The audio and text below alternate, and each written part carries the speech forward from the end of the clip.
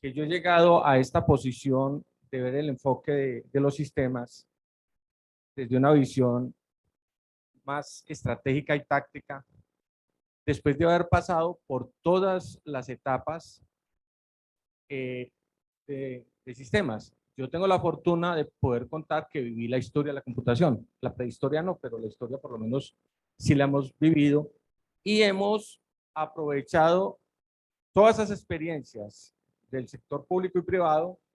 Yo fui jefe de sistemas de la industria licorera de Caldas, jefe de sistemas de la alcaldía municipal de Manizales, de la Universidad de Caldas, fundador del Centro de Cómputo de la Universidad Católica de Manizales, decano de la Facultad de Ingeniería de la Universidad de Caldas, director del programa de Ingeniería de Sistema y Computación del programa de Ingeniería de Sistema y Computación de la Universidad de Caldas, miembro de la Junta Directiva de Internet, que si ustedes se acuerdan, por lo menos los profesores, fue la entidad precursora de Internet en Colombia. Cuando eso, Internet era muy precario en Colombia y el gobierno con las universidades y lo que en aquel tiempo era Colciencias, crearon una entidad para promover precisamente la evolución de Internet en Colombia y efectivamente en ese entonces creemos que se logró el objetivo y precisamente hoy en día tenemos un buen desarrollo en TI y todo el manejo de Internet y todo lo que es el manejo de tecnologías en Colombia que afortunadamente ha avanzado de una manera bastante positiva. Pues, que quisiéramos que fuera mucho más allá, pero creo que en, en pocos años Colombia recuperó la senda del uso de estas tecnologías. Entonces, esto lo que hace es generarme a mí unas inquietudes, porque yo, como lo digo acá, vengo de lo operativo, lo técnico, y me fui moviendo hacia lo estratégico. Y ese es un mensaje que quiero dejar acá y voy a insistir mucho en el discurso que estoy echando acá. Porque a veces son mejores esas vivencias y esas experiencias contarlas, ¿sí? Por el hecho de que eso en la cátedra normalmente uno no tiene oportunidad de acceder a eso. Pero para entrar a hablar de esto, yo sí quiero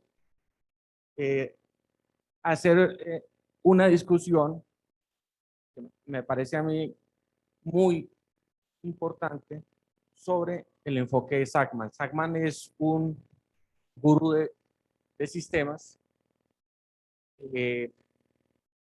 Él trabajó todo lo que fue el manejo de la planeación estratégica de los sistemas y evolucionó a arquitecturas de sistemas y arquitecturas empresariales. Obviamente, fue un periodo en el cual empezó a aportar muchas ideas y el análisis que él hacía era sobre la postura de la TI o los sistemas de los años 60 versus los sistemas de los 90, ¿sí? Y aquí lo parafraseamos a los 20. ¿Por qué?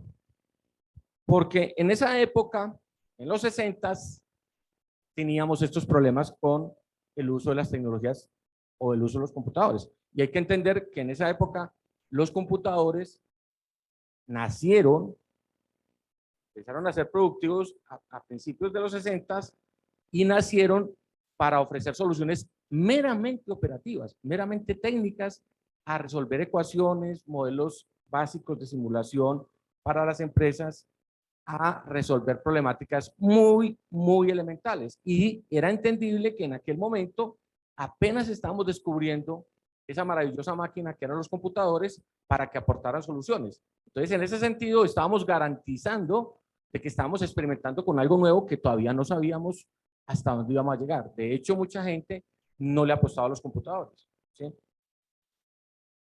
Entonces, el análisis que hacía Sackman presentaba estas quejas, que los sistemas no cumplían con los requerimientos.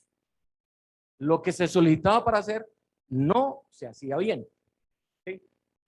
En contraste, si nosotros lo revisamos con los proyectos que hacemos hoy en día, podemos decir que todavía estamos con esa problemática. todavía tenemos problemas con asimilar la completitud de hacer un proyecto con todos los elementos necesarios, ¿sí? De tener la capacidad de poder reflejar un sistema con todos sus componentes y sin falencias. Ese problema todavía lo tenemos. Hemos mejorado, hay que decirlo, pero todavía podemos hablar de esos problemas, ¿cierto? Sobre los datos es un tema que tradicionalmente le hemos botado mucha corriente y los datos siguen siendo problemas para nosotros. Hoy hablamos de Big Data, grandes volúmenes de información, pero el problema de los datos y de los grandes volúmenes de información no está en los datos, sino en la calidad y la completitud de los datos. Y pongamos lo que pongamos, siempre vamos a tener problemas. Cuando usted hace un proyecto de Big Data o un proyecto de analítica o minería, el problema que tiene es de dónde saca la data y data buena. Porque es que, claro, yo puedo hacer muchos modelos y puedo resolver muchos problemas, pero si no tengo los datos que corresponden y están incompletos, vamos a tener serios problemas. Entonces, tanto en aquella época como en la época contemporánea, seguimos teniendo problemas con esto. Una forma ideal de modelar sistemas es garantizar e identificar el 100% de los datos dentro de un sistema y relacionarlo adecuadamente con los procesos. Recuerde que los enfoques que manejamos para resolver sistemas son el enfoque por procesos y el enfoque por datos. De hecho, hay distintas metodologías, las cuales cada una va centrada en datos o centrada en procesos. Y lo importante es que se haga el balanceo entre los dos mundos, pero a veces quedamos incompletos. Y ese es el problema que tenemos nosotros cuando desarrollamos sistemas, ¿sí? Que posiblemente no estamos haciendo una correspondencia ideal en ese aspecto, ¿sí? Bien. ¿Cuál es el otro problema que se presenta? No voy a hacer el análisis completo de todos estos puntos, pero lo que es cierto es que tenemos problemas de presupuesto. Desde que nacían los computadores, hablamos de que el presupuesto no alcanzaba. Hoy tampoco alcanza. Y hoy tenemos metodologías de gerencia de proyectos. Nosotros tenemos ya mucha experiencia y todavía seguimos diciendo que es que no. Es que todavía somos una ingeniería muy joven y todavía no tenemos la experiencia y el recorrido suficiente para poder establecer proyectos que completamente cumplan con todo lo que está estipulado allí, tanto presupuesto como tiempos y con todo lo que son las solicitudes que se nos están haciendo. Entonces, eso todavía lo tenemos y todavía adolecemos en nuestros proyectos de sistemas con estos problemas, ¿sí? Entonces, todo esto nos conduce a decir que no, entonces que los sistemas tienen problemas, que las herramientas no son las buenas, que lo que estamos haciendo, lo estamos haciendo con los equipos equivocados. Pero el problema aquí no es ese. El problema en el cual yo estoy muy convencido, como lo plantea Sackman, y yo lo voy a parafrasear en términos actuales, ¿sí? No son las metodologías que usamos, no son las herramientas que usamos, no son los procesadores que usamos, no son los métodos, técnicas que utilizamos. El problema, las herramientas son bastante buenas. Nosotros tenemos herramientas de desarrollo bastante buenas. Tenemos metodologías y enfoques basados en inteligencia artificial, ya acercándonos mucho a la inteligencia humana. Estamos haciendo esfuerzos para resolver nuestros problemas con métodos y técnicas que llevan muchos años en el mercado y hemos evolucionado desde la computación de grandes computadores hasta la computación en la nube que tenemos hoy en día, y eso aporta mucho. Pero el problema de fondo que tenemos acá es de que todas esas herramientas son muy buenas. El problema es que no estamos viendo cómo estamos resolviendo adecuadamente lo que tenemos que hacer para las empresas.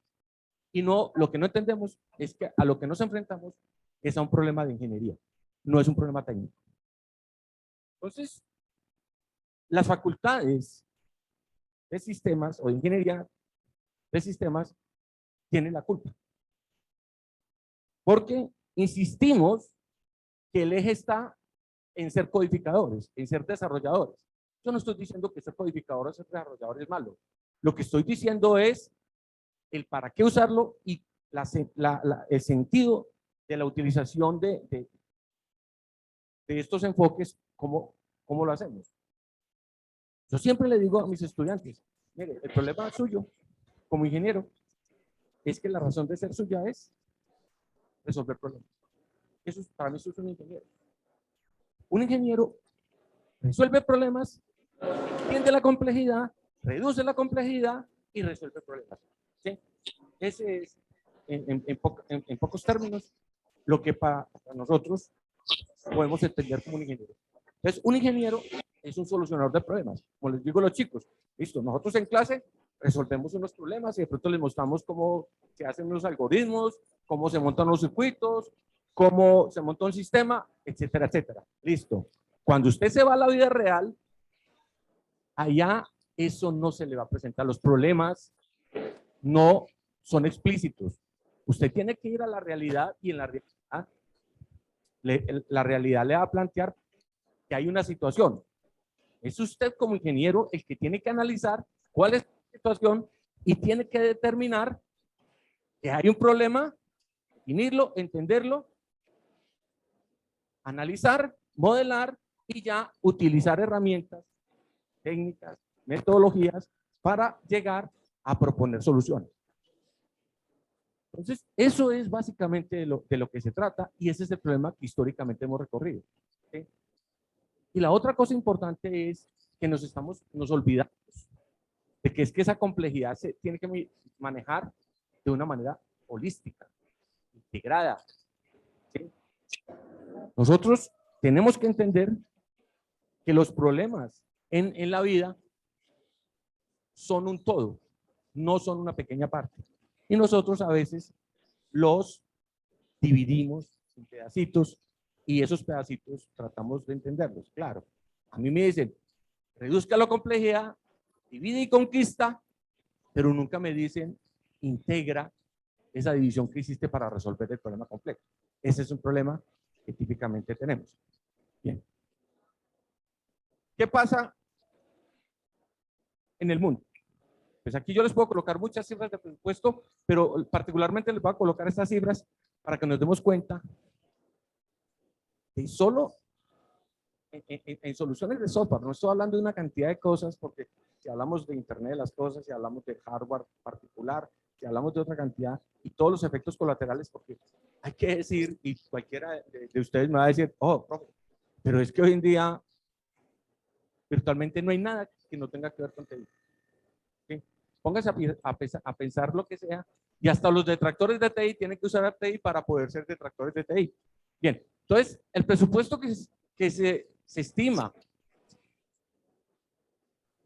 a nivel mundial de gasto para el 2022 es de 4.4 mil millones de dólares, ¿cierto?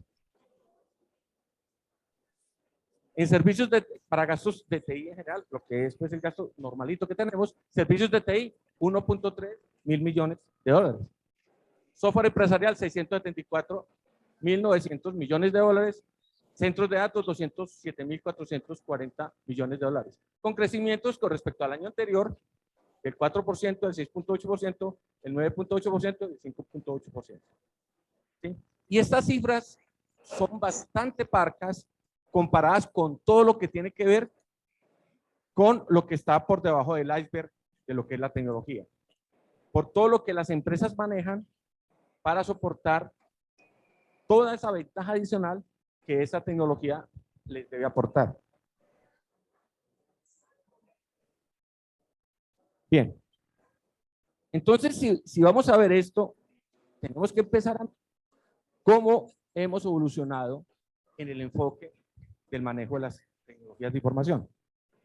Para ello voy a contrastar lo que es la matriz de Cook con el enfoque de COVID-19. ¿Sí? Particularmente queremos decir que a través del tiempo, la evolución de la apropiación y uso de la tecnología en las empresas y en la sociedad en general, ¿sí?, pasó de un enfoque orientado al servicio, o sea, de proveedores de servicios, ¿sí? Proveedor de servicio es aquel que simplemente entrega una solución, lo hace a nivel técnico y resolviendo un problema particular que se tiene en un momento determinado, ¿sí? Entonces, miremos cómo eso impacta, por ejemplo, a la misión. Entonces, estamos hablando que empezamos a ser proveedores de servicio. Proveedores de servicio es simplemente entregarle a unas unidades dentro de la organización, entregarles unas soluciones. Soluciones de programas, soluciones de asistencia de cómo manejar esos programas, de cómo administrar el hardware, de cómo utilizar el sistema para resolver problemas puntuales de la empresa, ¿cierto? Lo resolvíamos para problemas muy particulares. Básicamente era transaccional, o sea, para hacer operacioncitas básicas y nos la pasamos gran parte del tiempo en eso. El problema que tenemos es que muchas de las empresas todavía estamos hablando de una TI transaccional, de una TI de corte de servicio meramente. ¿Sí? Obviamente el presupuesto era un presupuesto que se asignaba de carácter fijo. Era un presupuesto que se obedecía a las ideas de que el gerente de la empresa o el comité de alta gerencia o de las buenas gestiones que el jefe de sistemas, así se llamaba en ese entonces, o hoy lo llamamos el CEO, gerentes de TI, entonces simplemente solicitaba unos presupuestos y lo hacíamos a ojo, ¿cierto? Yo me acuerdo que en esa época se pedía presupuesto porque el jefe de sistemas quería que se asignara un presupuesto para atender las soluciones, pero en ningún momento ese presupuesto se contrastaba con un alineamiento estratégico, ni se contrastaba con básicamente un retorno que de alguna manera se quisiera tener. Simplemente se miraba desde la óptica de qué era lo que la gente de sistemas se imaginaba que quería. De hecho, ellos eran los que armaban el presupuesto y armaban las querencias sobre qué era lo que querían buscar allí. ¿Vale? Bien. Entonces, a medida que fuimos avanzando, ya de esa TI operativa, de esa TI transaccional, en los años 70 empezamos a hablar de planeación estratégica de sistemas. Recuerden que la planeación estratégica de sistemas nació con la IBM alrededor de los 70, empezando los 70, y allí se empezó a crear todo lo que era BCP y todas esas metodologías de planeación estratégica de sistemas. Y la otra cosa que había que decir, que ya empezamos a dar sistemas de información en donde ya no resolvíamos problemas muy particulares para cosas muy específicas, sino que ya empezamos a resolver para atender procesos, para atender áreas dentro del negocio, y ya empezaban a verse unas primeras integraciones de todo esto. ¿Sí? Entonces, empieza a evolucionar todo este enfoque y nosotros empezamos a ver que las tecnologías de información se convierten en unos facilitadores del negocio. ¿Sí? Ese concepto de facilitador de negocio ya empieza a ofrecerle a la empresa algo más que unos profesionales técnicos que le resolvían puntualmente la problemática a la gente de la empresa. Sí. Entonces ya se sube el nivel, hay una concientización mayor de ese manejo y empezamos a garantizar una visión más completa y a entender que los computadores no eran solo soluciones transaccionales, sino que empezamos a armar sistemas para jugar con el aporte que le hacíamos a la empresa. Ya le ayudábamos a los procesos de la empresa a hacer sus tareas bien. ¿Sí? Entonces, en eso vamos mejorando significativamente y vamos logrando entender que las tecnologías de información se convierten en algo que le pueda ayudar a la empresa y empezamos a ver que esos apoyos empiezan a mejorar los distintos procesos del negocio, pero todavía no tenemos una conciencia de que esto puede trascender más. En el siguiente nivel pensamos en que la TI se convierte en socio del negocio. Cuando hablamos de convertirse en socio del negocio, estamos hablando que ya la gente de sistemas pasó de ser aquel personaje que era experto en herramienta, hardware, software, programador, conocía muy bien las herramientas y ya empieza a entender del negocio. Porque claro, el problema de fondo para mí es de que muchos ingenieros de sistemas o profesionales de sistemas solo saben de software, solo saben de lo técnico y no entienden lo otro. Cuando nos volvemos consultores, yo ya empiezo a aportar al negocio desde el punto de vista de que yo ya entiendo el negocio, lo interiorizo, yo ya hablo tanto de TI como de negocio. ¿Sí?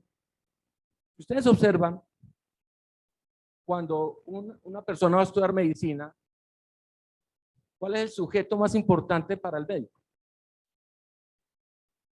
Las personas, ¿cierto? Entonces, tienen que entender la fisiología, la arquitectura del ser humano, ¿sí? Porque nosotros tenemos arquitectura, ¿sí? Los sistemas, ¿sí? Los sentidos, evolucionar todas las componentes y gran parte de su carrera se la pasan disectando el ser humano, tanto en la práctica como en teoría. O sea, entendiendo ese ser humano. Porque ¿para quién van a hacer soluciones los médicos? Pues para los seres humanos. Entonces, en sistema, parece que nosotros no entendiéramos eso y nos la pasamos todo el tiempo estudiando en técnicas, metodologías, en codificación, en programación. No estoy diciendo que eso es malo. Ojo. Pero se nos olvida que hay que estudiar los sujetos sobre los cuales nosotros vamos a intervenir. El cuerpo humano sobre el cual vamos a intervenir. ¿Y cuál es el, comillas, cuerpo humano de este ingeniero al cual vamos a intervenir? La sociedad y las organizaciones, las empresas. ¿Sí? Entonces, si yo le voy a solucionar los problemas a la sociedad, a las organizaciones, yo tengo que entender la sociedad y las organizaciones y entenderlas muy bien para poderme volver consultor, para poder entender cuáles son los problemas que tienen estos negocios, cuáles son los problemas que tienen estas empresas. ¿Cierto? Si yo entiendo esos problemas, si entiendo cómo están armados, si entiendo cómo están conformados, yo entiendo con mi conocimiento de las herramientas, estudio muy bien cómo puedo impactar esa sociedad y esas empresas. Entonces, eso es un factor importante al cual tenemos que ponerle mucho cuidado y a veces se nos olvida en la universidad. Yo normalmente dicto materias terminando la carrera y se pone uno a revisar y los muchachos todavía no tienen claro cómo funciona una empresa. Y los muchachos no tienen claro, cuando están desarrollando un módulo de software, no saben ese módulo de software cómo actúa en concierto.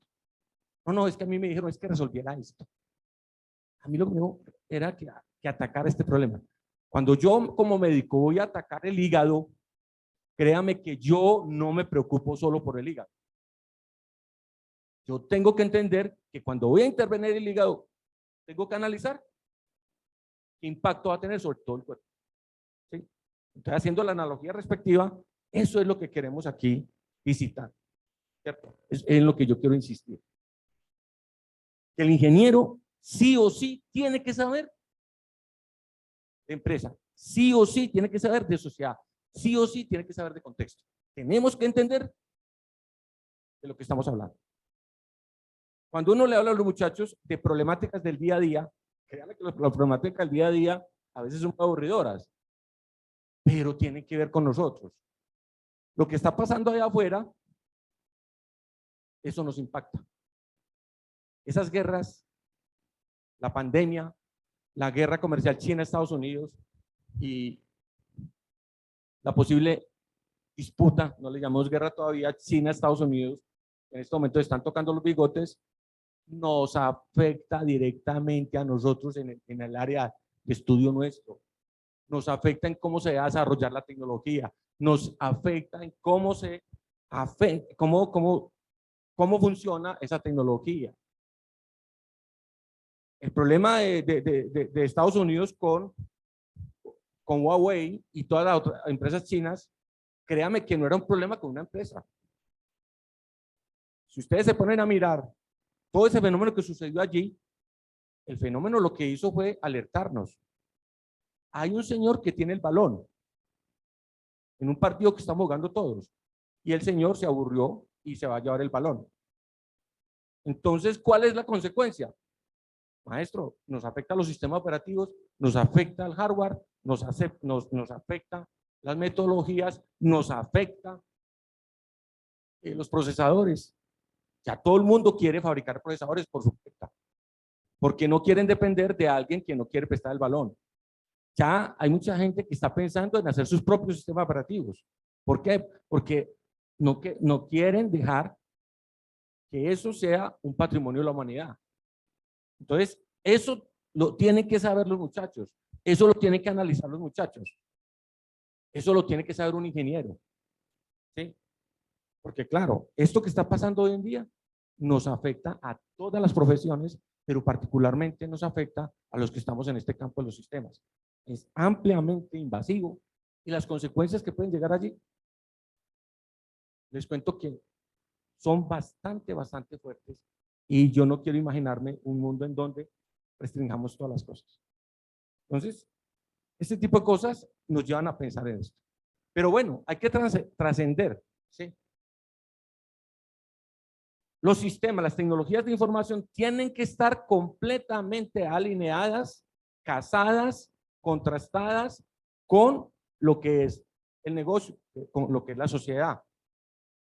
Nosotros tenemos que entender eso.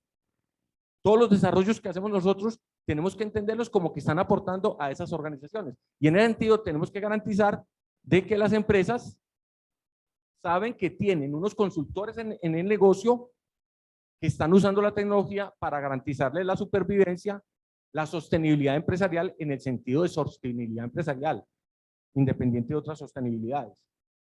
Porque para mí, un ingeniero en una empresa, un ingeniero de sistemas o un profesional de sistemas de una empresa, tiene que ser el custodio del futuro de esa organización, porque las organizaciones dependen en un todo del uso de todas estas tecnologías. Y si este ingeniero no provee esos medios para hacerlo, estamos perdidos, ¿sí? O le estamos delegando eso a la alta gerencia, o le estamos delegando eso a la gente que en la empresa está en otras áreas, ¿sí? Entonces recuerden que las organizaciones están armadas para que todos contribuyamos para que esas empresas sobrevivan y prosperen y mejoren permanentemente. Pero claro, el asunto es que no vamos a llegar solo a este nivel de socio del negocio, sino que ya hoy en día, o por lo menos en las grandes empresas que han entendido que la tecnología es un elemento fundamental y es una ventaja competitiva de muy alto nivel, han llegado a establecer que la ATI tiene que ser un socio del negocio.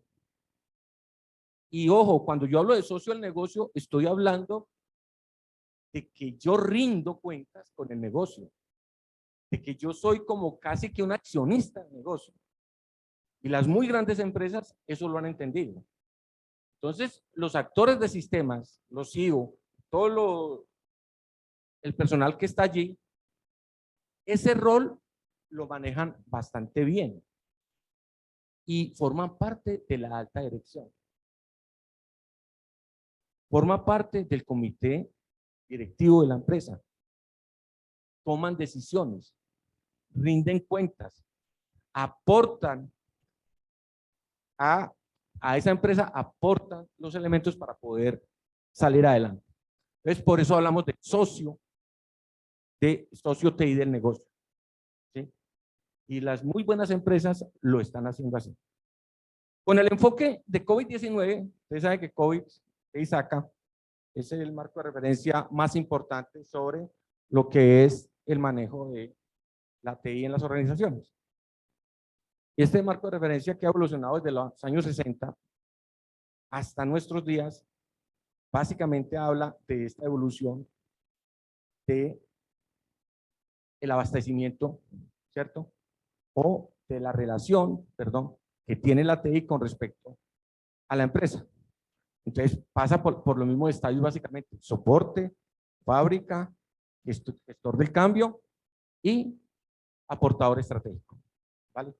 Que más o menos es proporcional a las ideas que hemos planteado de lo que planteaba Cook. Me gusta más el enfoque de Cook porque el enfoque de Cook es un enfoque mucho más desagregado y descompone todos los elementos que corresponden a él. Entonces, es importante que eso lo tengamos claro. El otro aspecto importante que hay que resaltar acá es que también se nos ha olvidado una cosa, y es que esos roles que hemos dicho de TI a través del tiempo han venido evolucionando. ¿Sí? Mire, lo primero que yo le digo a los estudiantes es: no estudien para cargos que ustedes no van a encontrar. Para mí, un ingeniero de sistemas es un ingeniero que está en posición de ejercer una cantidad de cargos, pero a veces les metemos a la cabeza de que ellos van a ser solo desarrolladores. No, no es que ustedes van a contratar para desarrollo, y ustedes lo que van a hacer es ejercer estos puestos, digámoslo así, de un nivel o nivel operativo. Entonces, a veces nosotros nos equivocamos con eso. Mire, cuando en los currículos, por lo menos los que manejamos en Colombia, hay que entender que los currículos de otros países son más particulares. Nosotros tenemos la ventaja, y ojalá no la perdamos, aunque con una reforma que se hace del Ministerio de Educación se nos estaba tirando todo el esquema. ¿Sí? Esa idea que manejamos nosotros, los ingenieros que nosotros producimos en Colombia, de sistemas en particular estoy hablando, ¿sí? Son ingenieros que tienen muchos elementos y simplemente es acabar de moldear unos aspectos que de alguna manera descuidamos, pero son ingenieros muy completos, ¿sí? Completos porque nuestra economía requiere eso, ¿cierto? Nosotros todavía no tenemos una economía en donde la gran especialización sea el eje, sí, porque a usted lo contrata una multinacional, pero también lo contrata alguna MIPYME o una pyme, y usted en una pyme no puede decir pues que no, es que yo soy un administrador de bases de datos y contrate mi pyme como administrador de base de datos. Sorry, no se puede. Tengo que ir allá a barrer, sacudir, hacer de todo. ¿Sí? Yo, cuando hablaba de mi experiencia, por eso es que todo esto lo he rumiado. Cuando fundé el Centro de Cómputo de la Universidad Católica, a mí me tocaba barrer y sacudir. O sea, me tocaba hacer de todo. Era programador, era planeador, administraba el hardware, operaba el hardware, hacía de todo. ¿Por qué? Porque era el único del enjambre del personal de sistemas que había en la empresa. No había plata para contratar más, ¿cierto? Entonces, eso hay que entenderlo. Pero con la evolución de las empresas, ya esos cargos que en el pasado se dieron y que les sacamos mucho provecho, hemos ido evolucionando de una manera significativa. entendiendo esos estadios por los cuales planteamos ahorita de evolución de la TI en las organizaciones, y ya hablamos de profesionales con formación solamente centrada en aspectos técnicos de TI. Listo. Con esos profesionales, ¿qué está pasando?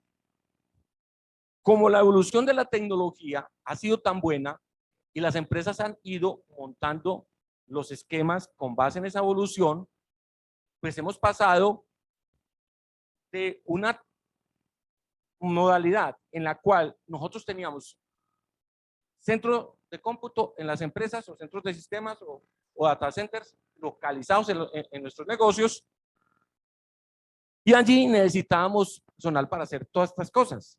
Pero después nos dimos cuenta de que eso no funcionaba tan bien, de que en esos aspectos teníamos que ir desagregando esos elementos, y empezamos a hablar ya de que eso lo podíamos contratar con gente que se especializaba en proveer esos servicios operativos mejor.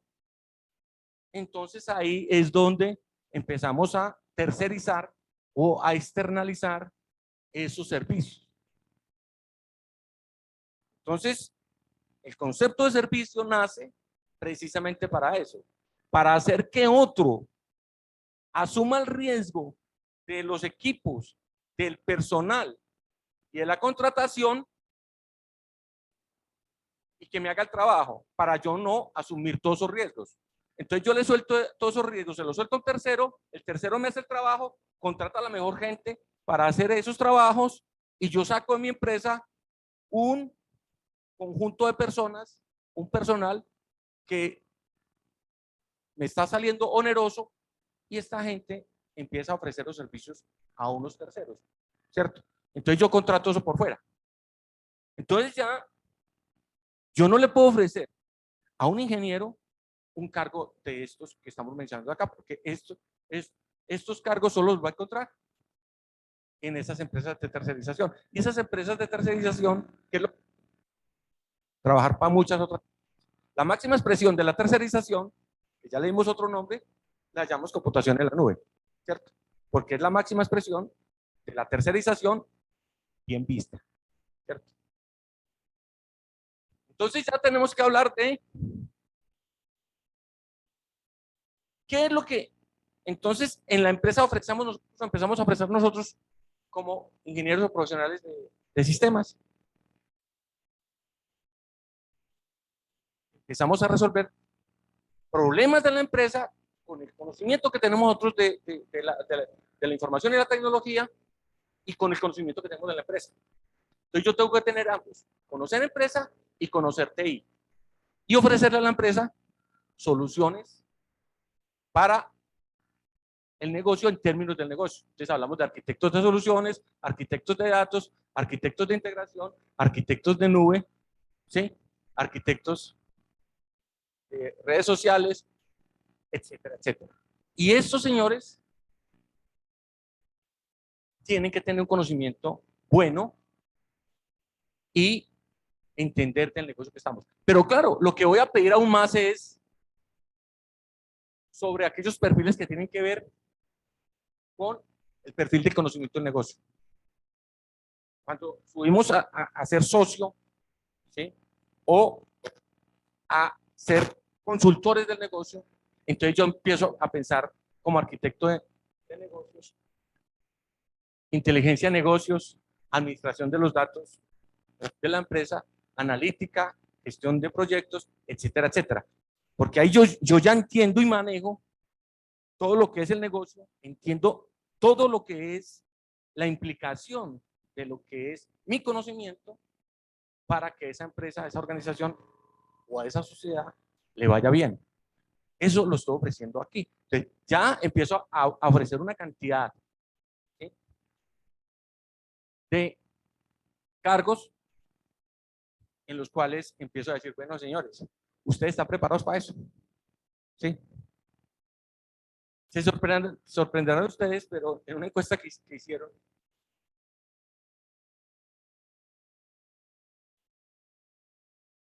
en Estados Unidos están contratando más gente de mercadeo para la tercerización de sistemas que gente de sistemas. ¿Y saben por qué? Porque los de mercadeo, desde que nacieron en mercadeo, nacieron tercerizando. ¿Sí? Y los de sistemas no sabemos cómo tercerizar, ni sabemos de mercadeo, ¿sí? Ni sabemos de relacionarnos con otras empresas. Entonces, la disyuntiva que se daba era, bueno, ¿será que formamos, y esto duele lo que estoy diciendo, pero si usted se pone los zapatos de un gerente de una empresa o de una junta directiva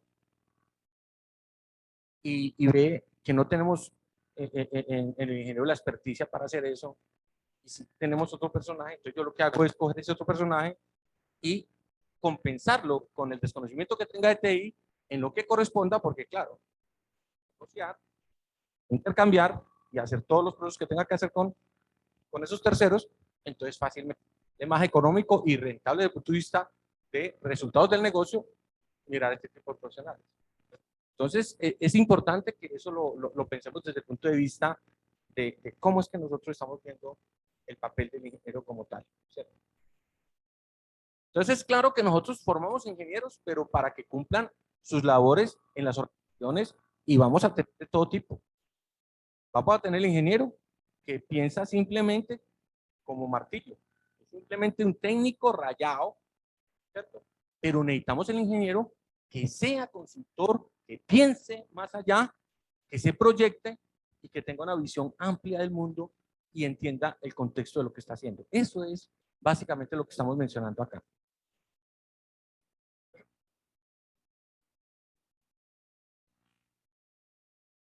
Entonces, la tercerización o el nivel, digámoslo así, de cómo las organizaciones manejan la TI en la organización, pues simplemente pasa por estos elementos. Aquí es importante resaltar esto. Observen que yo aquí en tercerización coloqué dos momentos históricos. Porque claro, nosotros volvimos al pasado. Con la computación en la nube, nosotros volvimos a lo que hacíamos. Los que tienen añitos como tengo yo, ¿sí? Muchos de ustedes que me están escuchando son muy jóvenes y seguramente no tendrán claro eso, que la tercerización nació en los años 70. Nació en los 70 por una razón muy sencilla, porque en esa época habían unos cuantos computadores y los podían manejar unas muy poquitas grandes empresas en el mundo y gobiernos. Nadie tenía para comprar un MIFE, ni nadie tenía para contratar esos gurús que sabían cómo usar esas maquinotas tan grandes.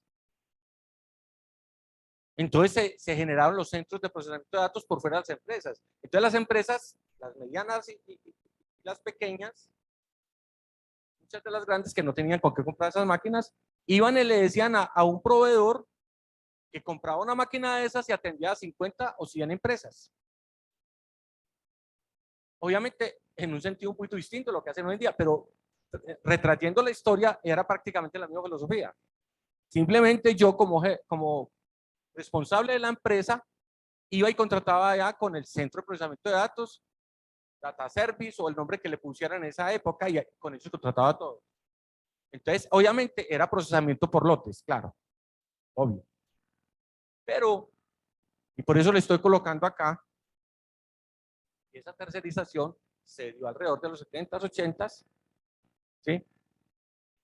Y después de los 90s también se dio, que confluimos hoy en día en lo que es computación en la nube. La computación en la nube no es más que la reversión de ese modelo que vivimos por ahí en los 70s y principios de los 80s, pero de una manera sublime y con unas connotaciones todavía mejores que las que planteamos en aquella época. Pero si usted se pone a mirar, los sistemas operativos de la década de los 70s estaban diseñados para contabilizar todos los servicios que le proveían a las empresas. Entonces usted iba allá y le facturaban tantas horas de disco, tantas horas de procesador o de cómputo más bien, porque todas esas máquinas mainframe no tenían procesadores. Los procesadores solo aparecen en 1971 y empiezan a usarse a finales de los 70 y tienen su gran desarrollo en los 80 con los computadores personales y de ahí para adelante es otra historia. Pero lo que quiero decir es que esos computadores estaban pensados para facturar tiempo de servicio en las empresas. ¿Sí? ¿Y qué hace la computación en la nube hoy en día? Hace lo mismo, facturar tiempos. Usted tiene un proveedor de servicio en la nube y le pasa mensualmente la factura de qué servicios le ha provisto, ¿cierto? O sea, que es lo mismo, obviamente, en distinto momento histórico, pero las razones son casi que las mismas, ¿vale? Entonces, la computación en la nube, obviamente, es algo que tiene una connotación particularmente, si lo tiene para las empresas, para la gente de sistemas es un punto divisorio en la historia, porque los profesionales de sistemas son unos antes de la nube y otros después de la nube. ¿Y saben por qué? Porque la nube rompió el mercado laboral de los ingenieros de sistemas. ¿Sí? Porque yo en las empresas, yo no voy a necesitar gente de sistema. Pues en el sentido de, como lo mencionamos anteriormente, si son ingenieros tradicionales, yo no los voy a necesitar. Entonces yo ya consulto, es con una empresa externa que me haga todo eso. Y yo, al interior de la empresa, yo descongestiono todo lo que es el centro de cómputo, o el data center, o las instalaciones. Obviamente aquí en Colombia todavía estamos muy en una situación de transición y todavía no hemos entrado de lleno a la nube. Pero en otros países eso está clarísimo y la nube llegó para no devolverse. O sea, es algo que no va a involucionar, ¿cierto? Lo único que está salvando el partido, ¿sí?,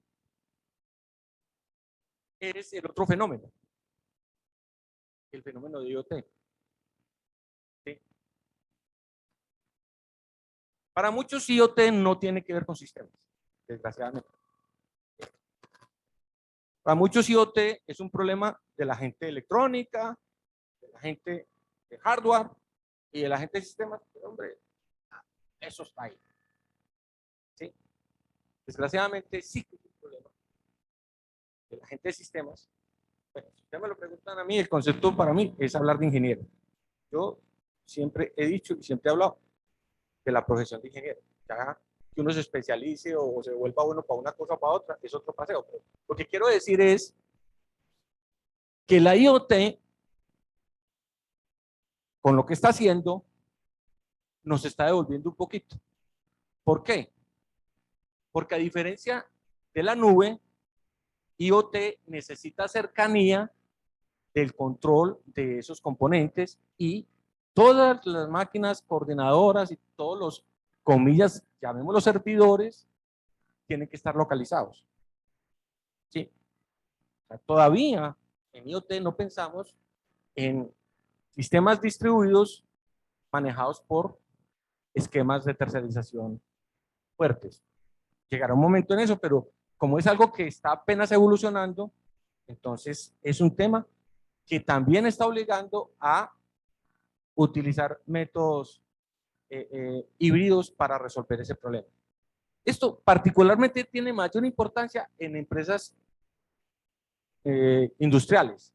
En empresas comerciales no necesariamente, pero también les va a impactar de alguna manera. Pero en empresas industriales sí que es cierto, ¿sí? Y cuando uno diseña sistemas IoT, tiene que tener en cuenta una gran cantidad de factores, ¿sí? Y tiene que integrarlos a los sistemas tradicionales o a los sistemas de computación, a los sistemas de información que manejamos en las empresas, ¿vale?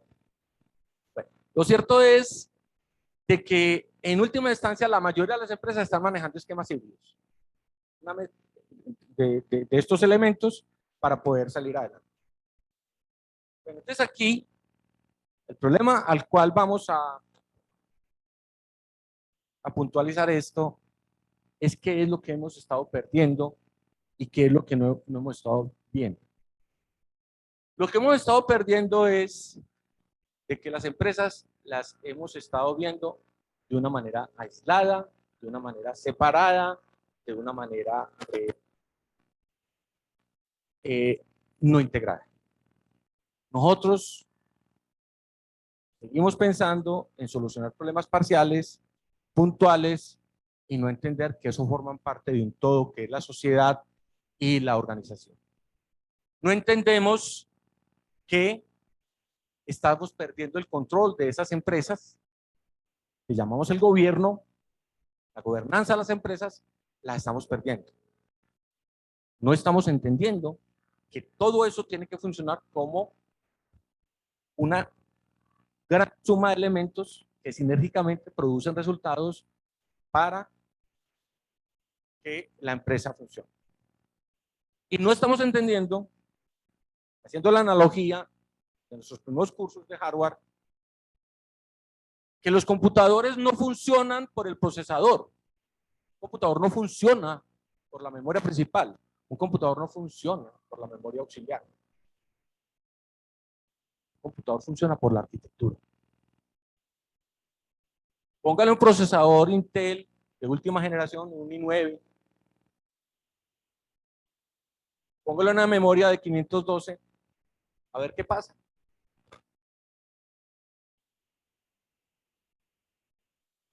Unos buses lentos, a ver qué pasa. Póngale a un carro, póngale ruedas cuadradas, a ver qué pasa. Entonces lo que funciona en un sistema es la arquitectura la que produce el resultado. Y lo mismo pasa en las empresas. Las empresas son una arquitectura. Toda empresa tiene arquitectura, esté o no esté explícita. Cuando está explícita, ganamos. Cuando está implícita, tenemos problemas. ¿Sí? Entonces, cuando nosotros no le garantizamos a la empresa de que su arquitectura esté explícita, estamos perdiendo gobierno, estamos perdiendo control, estamos perdiendo visión de la empresa. Y muchos dicen, sí, pero es que eso es muy oneroso. Claro, como todo. Yo puedo hacer las cosas y si lo hago descuidadamente, de pronto me da buenos resultados. Pero normalmente eso nos puede conducir a pérdidas importantes. O sea, a que fallemos seriamente. Cuando nosotros entendemos que la empresa tiene que entenderse como una arquitectura y que debemos gobernar la empresa, el gobierno corporativo y el gobierno de la información y de la tecnología están completamente tomados de la mano. Tienen que estar tomados de la mano. Porque hoy en día no concebimos la gran mayoría de las empresas sin el manejo de la información y la tecnología. Entonces tenemos que gobernarlas en ese sentido. Entonces, esto es lo que pasa. Entonces nosotros tenemos que todos los niveles de la empresa los tenemos que contemplar. Entonces, si estamos a este nivel del día a día y el nivel operativo, estamos hablando del gobierno de TI. Si hablamos de lo táctico y lo estratégico, estamos hablando del gobierno corporativo de la TI. ¿Sí? Y estamos hablando ya de arquitectura empresarial del negocio. Porque es que a veces nos preocupamos no más de la arquitectura de sistemas o de la arquitectura tecnológica. Y no sabemos que esas arquitecturas contribuyen a una arquitectura suprema que es la arquitectura empresarial. Que obviamente empieza por la arquitectura de negocio y confluye en la sumatoria de todas en la arquitectura empresarial. Ese es un aspecto que a veces se nos olvida. Y ese olvido nos genera ineficiencias y nos genera el visitar el futuro de una manera errónea y posiblemente vamos a cometer errores. ¿Sí? No falta el que no haga todo eso y le vaya bien, como todo. ¿Sí? Pero nosotros no podemos decir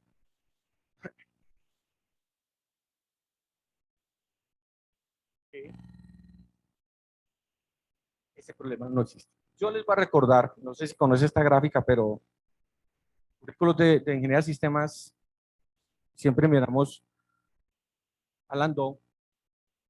Pero yo quiero aquí es centrar la discusión en un aspecto básico. Observen, Nosotros, ¿qué es lo que hacemos en la empresa? Nosotros partimos de unos elementos que nos conducen a obtener resultados de la empresa. Lo último que queremos en la empresa es obtener valor. Eso es básicamente el fin último de cualquier empresa. Sea una empresa con ánimo o sin ánimo de lucro, ¿cierto? Pero para ello, yo necesito, ¿sí?, gestionar la empresa, hacer planeación, coordinación, establecer controles, tomar decisiones y necesito establecer cadenas de valor dentro de toda mi empresa y montar sistemas de información.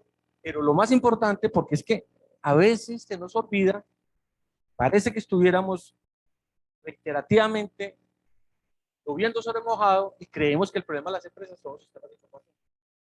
Nuestros ingenieros, si usted les hace un examen, son los genios para sistemas de información. Que los cacarean, le cuenta a usted cómo estructura un sistema de información, cómo todo ese proceso. Pero se nos olvida que nosotros ya pasamos por eso. La era de los sistemas de información, me disculpan ustedes, pero eso fue hasta los años 90.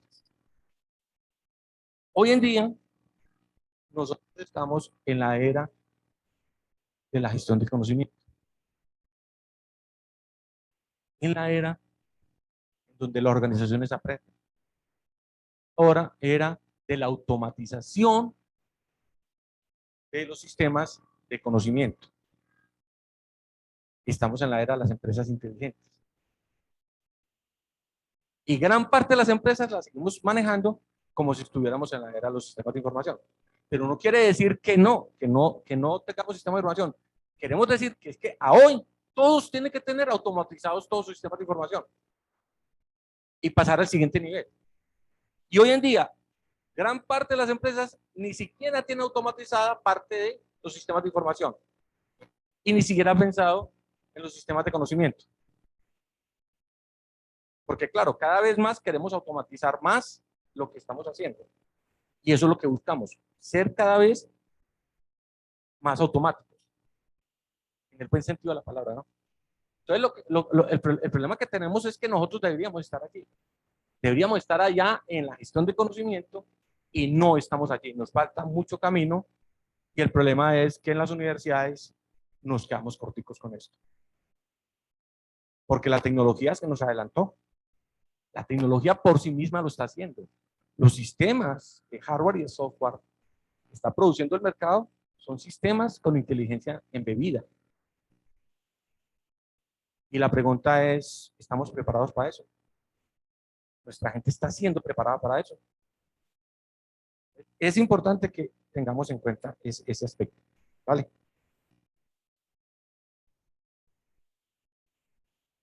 Bien, entonces, ¿qué pasa? Nosotros tenemos que decir que la organización tiene que trabajar enlazada o con un socio estratégico que es la información y la tecnología. ¿Sí? Entonces, nosotros tenemos que centrar las funcionalidades de la empresa en sus competencias nucleares, en la esencia de la empresa, que es un discurso que la teoría organizacional hace rato nos viene diciendo: vea, señor, dedíquese a su negocio, no se ponga a hacer cosas que usted no entiende, haga lo suyo. Y ese discurso se nos ha dicho a la gente de sistemas: ojo, maestro, póngale cuidado a esto. Las empresas tienen que dedicarse a lo que es bueno para ellas, no lo que piensa la gente de sistemas. Porque hay empresas donde los jefes de sistemas son los que dicen qué es lo que hay que hacer porque no sé si me gusta esto y yo creo que esto es lo que funciona. Ese es el máximo error que comete un gerente o un CEO en una empresa, ¿cierto? Porque sabemos que esas decisiones no las tiene que tomar él. ¿Sí? Entonces, sabemos que las empresas tienen un gobierno corporativo, pero solidaria a eso está todo el proceso de gestión empresarial, que es la gestión estratégica que manejamos las empresas, ¿cierto? Con todos sus procesos, su infraestructura organizacional, las competencias, etcétera. Pero paralelamente, desde sistemas, desde información y tecnología, tenemos que tener igual. O el gobierno de la información y la tecnología en la empresa, ¿cierto? Y entender que lo que hacemos nosotros, el TI en la empresa, es para contribuir a lo misional de la empresa. Yo no estoy en la universidad distrital para hacer software por parqueadero. No sé. Me surgió esa duda. En muchas universidades terminamos haciendo software de pispis que no le sirven nada para la universidad. Y la esencia de la universidad está en otro lado. O una empresa licorera, o una empresa del gobierno, o lo que sea.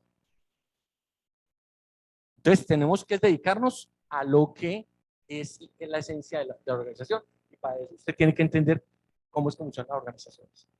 Bien. Entonces, claro, yo tengo que partir de unas estrategias que me ayuden con eso. Yo tengo que partir de unas estrategias que me empujen a ayudarle al negocio a que progrese. ¿Cierto?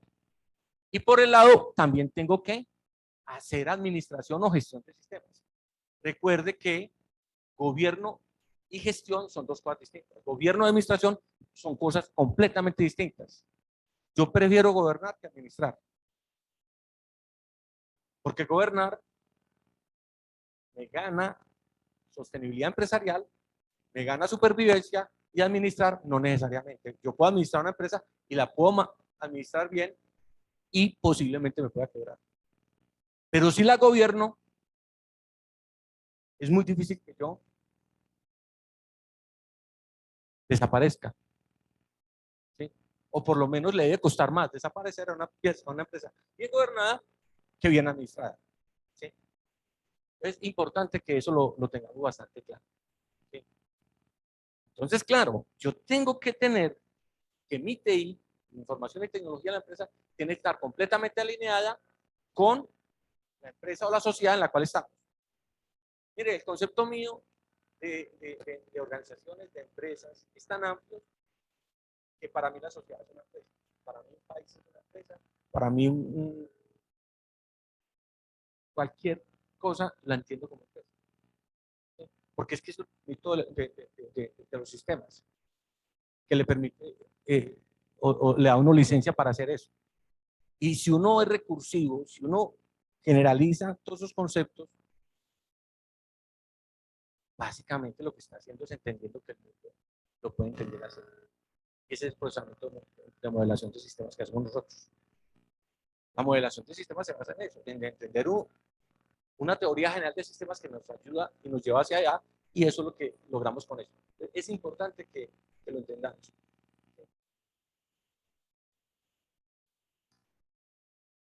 Entonces, la arquitectura empresarial se convierte en un eje de desarrollo de la organización.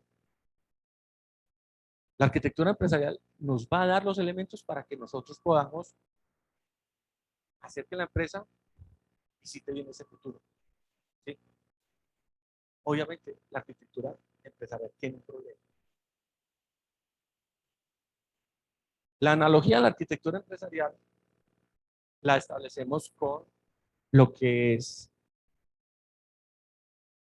la fabricación o el desarrollo de un condominio. Hablemos de un edificio más sencillo. Hacer un edificio y conservarlo en buen estado y que funcione bien y que sea, digámoslo así, un edificio que no nos cueste mucho dinero, debe estar hecho con base a un set de planos, de diseño, de documentación a todo nivel, y con eso no vamos a tener problemas. Pues la arquitectura empresarial son los planos de la organización. Eso es lo que estamos diciendo acá. Y si esos planos no los tenemos hechos, si esos planos no los conocemos, no quiere decir que si este edificio no tiene planos explícitos, no quiere decir que no tenga alambrado eléctrico, alambrado de comunicaciones, alambrado o tubos de agua, tubos de gas, etcétera, etcétera. Lo que sí sé yo es que si va a hacer una intervención en una pared, yo no me voy a dar cuenta si eso es una columna o es una pared que no soporta estructura, etcétera, etcétera. Lo mismo pasa cuando hablamos de arquitectura. El mismo problema, ¿cierto? Si yo desconozco esto, cualquier desarrollo, cualquier intervención que yo haga en sistemas, le va a pasar lo que le pasa al plomero cuando vamos con un problema, una fuga de agua y se pone a bolear el martillo o maceta a las paredes, detrás de las paredes, y le terminas explotando la tubería de gas. ¿Sí? Esa es una idea básica de esto. Bien. Para ir rematando las ideas, porque voy a cambiar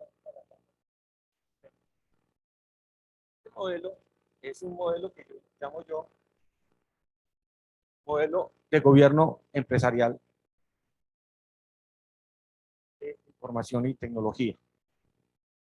Ese modelo lo que hace es básicamente decirnos todos los elementos que debemos tener en cuenta para nosotros manejar nuestro negocio. Tenemos que partir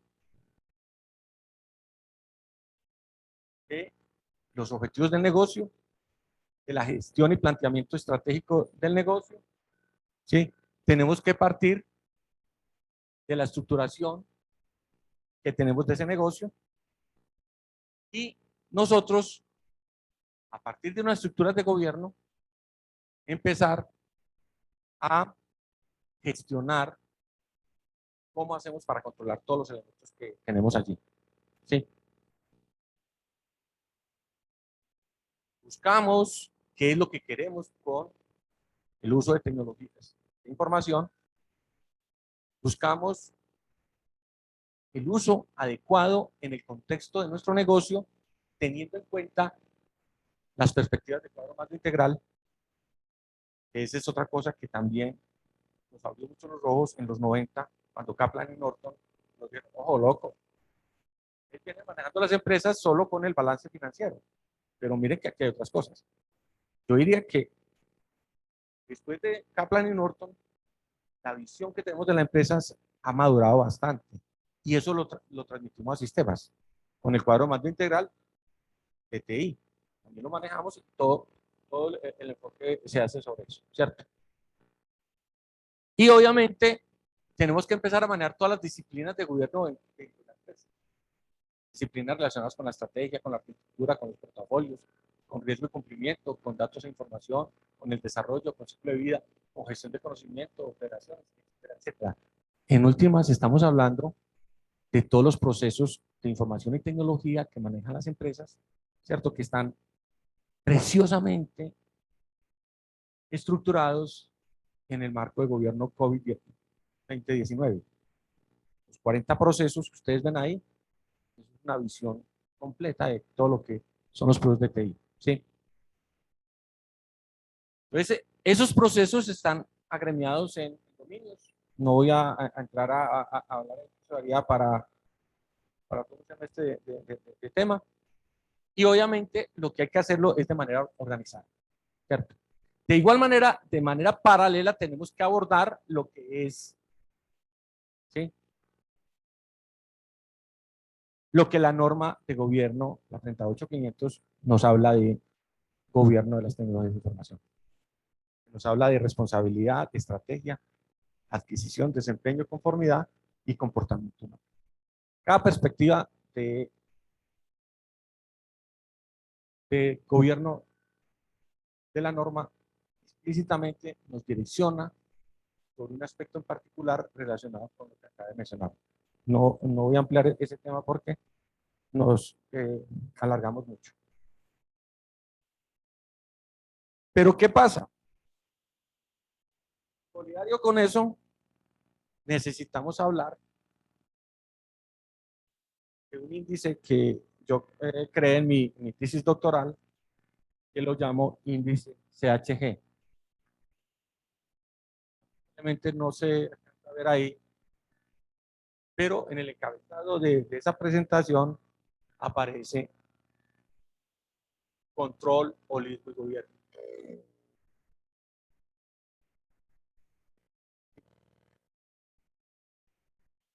Entonces, cuando hablamos de control, holismo y gobierno, seguimiento de eso. Yo las empresas las tengo que ver todo. Yo tengo que hacerle seguimiento a lo que hago en las empresas y las tengo que gobernar. Si esos tres componentes adecuadamente, manejo control a todo nivel, estratégico, táctico, operativo y concomitante, y manejo el holismo, la coherencia, la cohesión, la sinergia, entre otros, pues obviamente yo voy a garantizar que tengo los elementos necesarios para un buen gobierno de la información y la tecnología en mi negocio. Yo voy a garantizar de que voy a cumplir con obtener valor con mis empresas, voy a garantizar con sostenibilidad empresarial y voy a garantizar que me puedo referenciar con otros negocios o empresas con las cuales podemos ser equiparables. Pero adicionalmente, yo puedo ya crecer, puedo desarrollarme. Lo puedo hacer. Ahora, ¿qué es lo que se opone? ¿Qué es lo que se opone a que todo esto se dé? A que el gobierno lo podamos tener. Fallas en el gobierno corporativo. Si la alta dirección no dirige bien, créanme que la empresa se va para abajo. Porque es que el secreto de una empresa está en la cúpula. ¿Sí? Yo siempre he dicho, sí, si hay fallas de gobierno, tenemos problemas. Pero lo bueno de la gente de sistemas es que nosotros podemos aportar. Si uno es un actor dentro de la empresa y está actuando como socio estratégico, uno puede ayudar a que esto no se pierda. ¿Sí? Ausencia o por planeación. ¿Sí? Gestión estratégica. Ahorita hablamos mucho de Chavo y hablamos de deuda pendiente. Temas, todos porque es un tema bastante largo. La descontextualización, actuar, ¿sí?, de manera aislada es lo peor que puede pasar en cualquier empresa o en la sociedad. Nosotros ya sabemos qué nos pasa cuando hacemos las cosas o soluciones aisladas. ¿Sí? La falta de sinergia, o sea, conectar todas las partes de una manera pues, más que la simple suma aritmética, como nos dice la teoría general de sistemas. ¿Sí? Ausencia de controles, ausencia de seguimiento, ¿sí?, falta de buenas prácticas, la insuficiencia explicativa, cuando usted no entiende en dónde está metido, cuando usted no entiende el contexto, usted no se explica. Un oftalmólogo del mundo como un ojo. Si le preguntan alguna cosa, la termina explicando en términos del ojo. Y así podríamos generalizar, yo no voy a tenerme el discurso que hablamos aquí. Entonces, lo que quiero decir es, en contexto, la inconsciencia sobre la arquitectura empresarial y decir, no, esa vaina. Pues, ya está bien. Pero cuando las organizan, ya es más fácil. El uso divide y conquista en un solo sentido. Veamos los problemas, pero después no los pegamos. Vamos como unirlos, dejar todo eso, el pensamiento meramente técnico. Simplemente hablemos de dos conceptos de los cuales quería yo, a los cuales quería insistir acá. Shadow IT. Shadow IT, para los que no conocen, es simplemente todo hardware y software, servicios o procesos relacionados con TI que son usados en la empresa sin el conocimiento de la gente que maneja o administra o gobierna la empresa. O gobierna la empresa. Contrario a lo que todos pensamos, es un fenómeno bastante común. Se preguntan, en las universidades es donde más llueve. Las universidades somos el palacio del conocimiento, y por ser el palacio del conocimiento, entonces todo lo que hacemos está bien, y todo el mundo hace lo que le da la gana.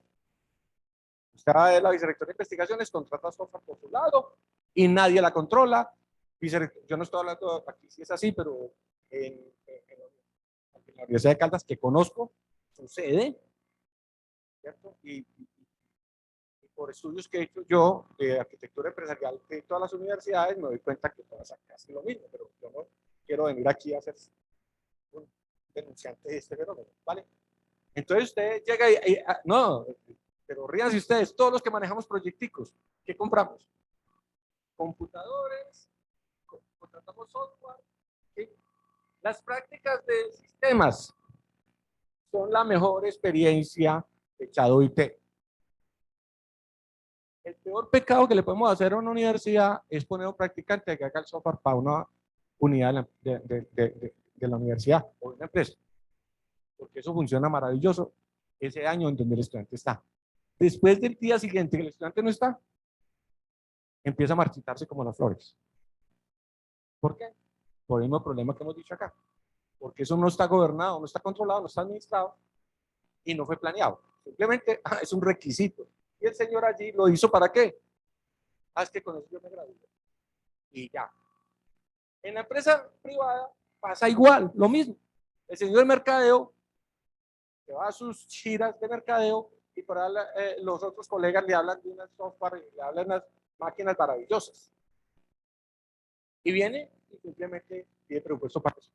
No le preguntan ni a la alta gerencia ni a la gente de sistemas y termina comprando un software que obviamente después se va a morir de inanición. ¿Por qué? Pues porque no tiene personal que la ayude a manejar. Y cuando llama a la gente de sistemas, lo primero que le van a hacer es que le van a abrir los ojos. Ya, pero es que nosotros no alcanzamos, no alcanza tiempo para eso, ¿cierto? Entonces, ese es el problema de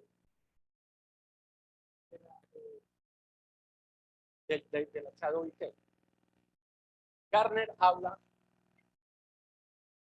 de que el 30% de las empresas van Shadow IT, o sea, es software, hardware, procesos y no son controlados por la empresa. ¿Y eso sabe qué significa? Dinero que se va por el retrete. Resultados que no vamos a obtener. Eh, Soluciones que son pasajeras. ¿Sí? Ese es el problema. El 90% de los CEOs son conscientes de que eso sucede. ¿Sí? Imagínense más sobre hablemos de Billot. Recuerden que la alta gerencia, con toda razón, hizo una lucha denodada para impedir que los empleados de la empresa usaran sus propias tecnologías, sus propios computadores, sus propios teléfonos móviles, lo usaran para la empresa. Con toda razón. ¿Por qué? Porque en aquella época esas máquinas eran completamente inseguras y eran básicamente elementos que dañaban la integridad de la información y la seguridad de la empresa. Y se opusieron hasta que aparecieron dispositivos con sistemas operativos ya seguros, ya pensados para empresas, ¿cierto? Si ustedes se acuerdan, los que tienen la necesaria, acuérdense de BlackBerry. BlackBerry tuvo su momento histórico porque fue un sistema, hardware y software, que le respondió a las empresas la necesidad de dispositivos seguros, dispositivos que eran para uso apropiado para las empresas, ¿cierto? Y obviamente ellos no supieron sostener el ritmo, y ya sabe qué pasó. Pero el asunto es que no obstante hoy, estas maquinitas y los computadores en general ya vienen con soluciones administradas, con buena seguridad, con buenos controles, pero se maneja muy mal. En todas las empresas, a excepción de las que están bien manejadas, la gente usa dispositivos de una manera irresponsable y usted ponga la mejor solución de seguridad del mundo. Yo siempre he dicho, la seguridad tiene dos quiebres importantes. Seguridad física y seguridad humana. ¿Sí? La cuerda más delgada de la seguridad es el ser humano. ¿Sí? Con todo lo que está detrás de ellos. ¿Vale? Pero, ojo, esta cosa se nos acaba de agravar. Aparece IoT. Entonces hablamos de IoT. Traiga su propio IoT a la organización, traiga sus propios componentes a la organización. Ustedes saben qué hace un dispositivo minúsculo, imperceptible, que tiene capacidades de tomar decisiones y de comunicarse para el sistema de información y de seguridad de una empresa. Ustedes saben cómo es que los Estados Unidos, Rusia, China, por no decir los otros, están haciendo guerras silenciosas con otros países.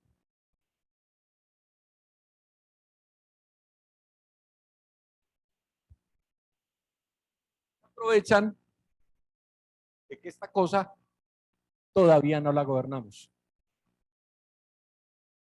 ¿Qué problema tengo yo venir aquí a la universidad? Pues no hay mucho problema. Pues una planta nuclear.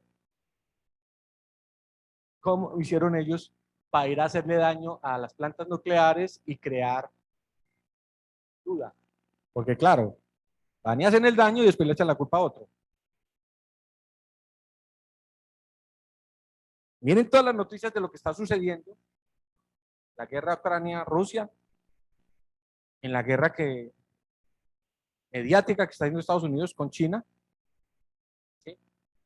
En la pobre Europa, que está terminando en el medio pagando los platos rotos. ¿Qué es lo que les está pasando? Que todo esto les va a reventar en la cara. Todo esto les está reventando. Y eso es un problema mundial. ¿Vale? Las redes sociales.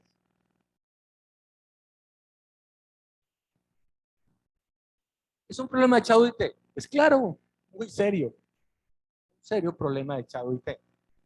Porque las redes sociales son maravillosas, bien utilizadas en el ámbito de una empresa. Pero son lo peor que le puede pasar a una empresa si no son controladas. Pero claro, este es un tema que también da para hablar. ¿Sí? Y para acabar de completar, el problema del hardware y el software es que la mayoría de los países del mundo lo vemos como caja negra. Tarde que temprano, todos sabemos que eso es una caja blanca. El problema es que va en la caja. No quiero explicar la connotación de lo que estoy diciendo, porque no quiero que me tilden aquí de pesimista o de teoría de la conspiración, ¿cierto? Pero técnicamente y objetivamente hablando,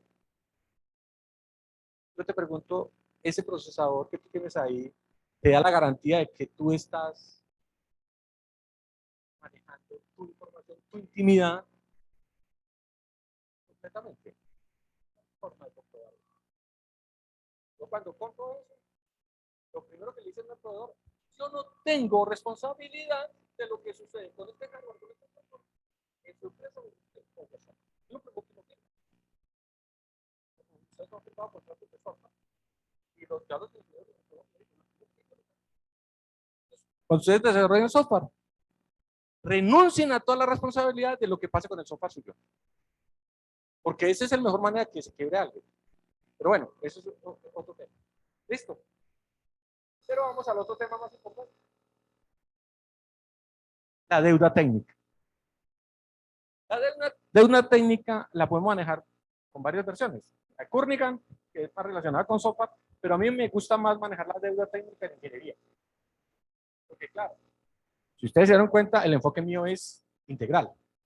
La deuda técnica no es más que otra cosa que la incompletitud que nosotros logramos al ejecutar equivocadamente los proyectos.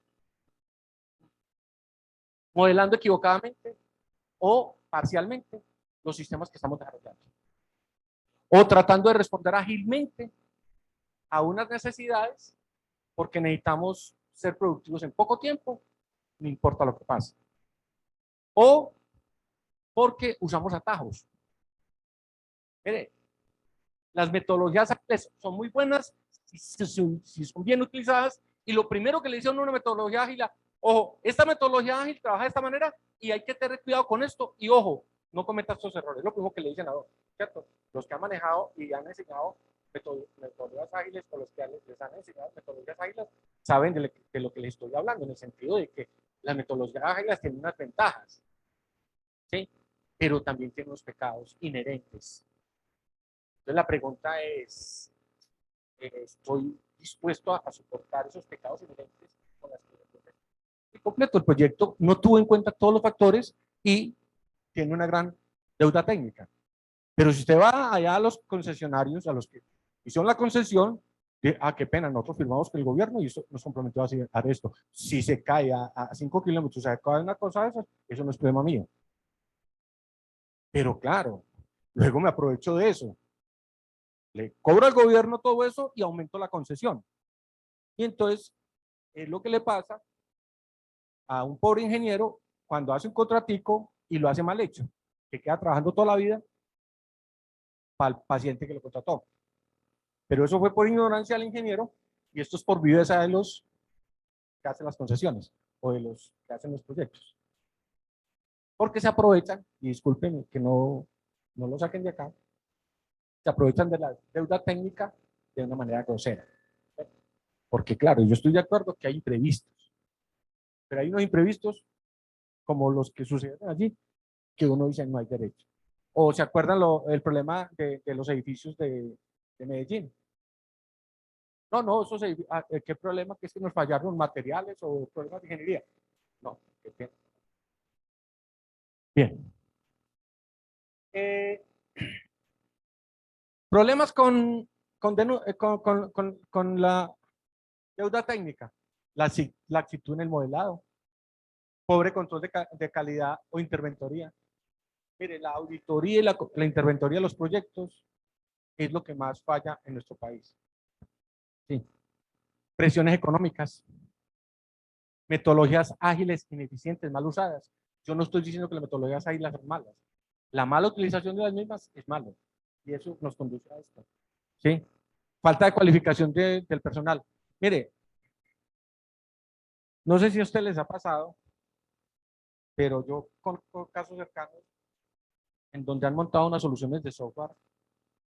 ¿Quién desconfía de SAP? ¿Quién desconfía de PeopleSoft? Pero conocemos en el país, yo conozco muchos proyectos que han fracasado con SAP o con PeopleSoft. Pero yo no le echo la culpa a SAP ni a PeopleSoft, sino que le echo la culpa a los consultores que armaron el proyecto. La mala implementación del proyecto fue lo que condujo a eso. Y no sé si aquí en la universidad les ha pasado, pero se compran ERPs o software y no se compra bien y terminamos haciendo un daño tremendo. Y si lo hacemos descontextualizado, si lo hacemos pasado una idea de planeación estratégica, pues terminamos a un desastre. Eso es lo que nos pasa con esto. Bien, pobre comunicación y documentación. Falta de coordinación e integración en desarrollo de componentes en paralelo. Nos ponemos a hacer paralelismo, pero no coordinamos los proyectos y terminamos, ¿sí?, haciendo un puente en donde hay dos contratistas y cuando se encuentran las caras del puente, están corridos 45 centímetros. Nos pasó en Manizales. Pero era un tramito, hombre, era una ridícula. Un tramo, pónganle ustedes, esto no tenía 300 metros. Contrataron a dos. Obviamente, la vaina no se encontró. Y muchos proyectos les pasa eso. Y en software sí que pasa eso. ¿Sí? Bien. Falla en la gerencia de integración del proyecto, procesos de desarrollo desestructurados. ¿Sí? Problemas de integración del código externalizado. O sea, cuando integramos proyectos, cuando contratamos con terceros, tenemos problemas con eso. Bien, vamos rápidamente porque ya el tiempo se nos fue. Tiempo. Hablar de TI, hablar de sistemas es un tema bastante largo. Yo le digo a mis estudiantes, ya, muchachos, hace 30 años yo toda la informática la tenía en la cabeza. Yo hablaba de todo. Y podía entender toda la dimensión de la TI. Hoy en día tengo que decir que soy incapaz. Yo no manejo todo este rollo. No soy capaz de tener en mi cabeza. Yo sí tengo una visión integradora y una visión panorámica de todo, pero no soy capaz de hablarle de todos los temas ni detallar cada componente. Porque es tanto conocimiento que hay ahí que desborda la capacidad mental que tenemos. Yo no conozco una persona en el mundo hoy día que tenga eso, que maneje todas esas temáticas, ¿cierto? Otro era si era posible. Lo mismo cuando hablamos de Aristóteles y todos esos filósofos tenían el conocimiento de esa época, todo el conocimiento, porque era muy poquito. Hoy en día es imposible, ¿vale? Entonces, cuando hablamos de el futuro de la informática, son tantos frentes, ¿cierto? Que pues obviamente nosotros no podemos eh, empezar a hablar particularmente de cada uno de ellos, ¿cierto? Pero una cosa que sí está claro es los nuevos modelos de gestión que estamos manejando en el mundo, el gobierno corporativo, las tecnologías de información y todo lo asociado con eso. Entonces hay una cosa clara y es que las empresas ya se están preocupando por eso.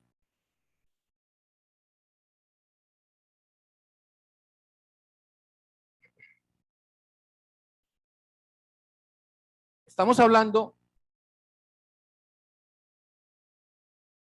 de los modelos de desarrollo de software, de los modelos de soluciones de problemas en las empresas. Y esto ya está desbordado. Estamos hablando de la integración de IoT, inteligencia artificial, grandes volúmenes de datos. Estamos hablando de todas estas tecnologías nuevas que, vuelvo y repito, no voy a detenerme acá.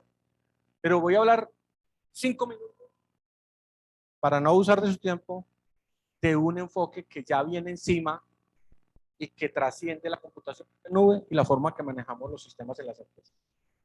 Estamos hablando de, lamentablemente con los problemas de cabezados, no podemos hablar de las empresas componibles. Estamos hablando de una empresa componible, ¿sí? Es una empresa que armamos a partir de componentes que son completamente flexibles y interaccionan entre ellos de una manera supremamente ágil, ¿cierto?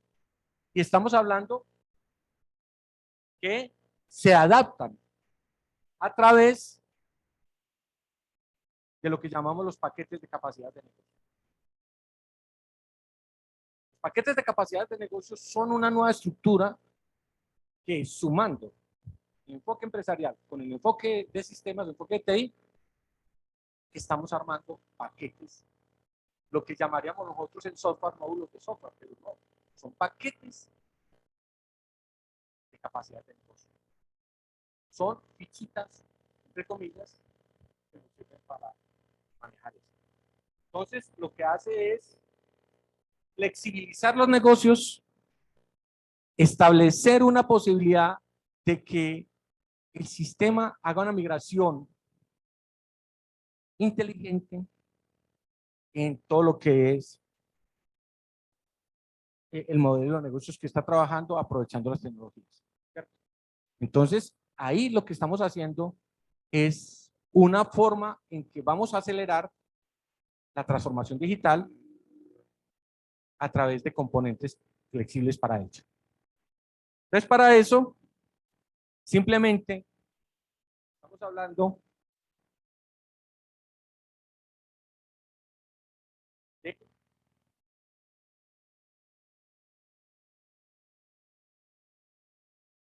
que para los próximos años va a haber un uso, un aprovechamiento significativo de estas tecnologías. Gartner habla que para el 2023 el 60% de las compañías incluirá empresas componibles, ¿sí? O composable enterprise. Empresas componibles es simplemente una forma de ver las empresas a través de componentes de TI altamente especializados, de una alta granularidad, pero con unas posibilidades de flexibilizar la manera que manejan las empresas. ¿Sí? Entonces, por ejemplo, esto es una visión tipo panal de abejas de las componentes que cada vez podemos ir teniendo, por ejemplo, en un módulo de compras financieras o en la empresa, por ejemplo, y eso podemos empezar a ver cada vez más componentes más pequeños.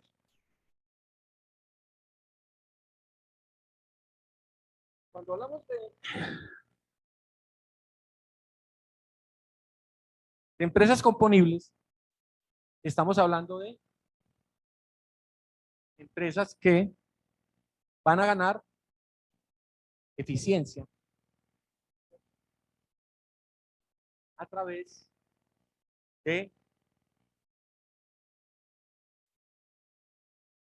la manera en cómo maneja los procesos en la vida.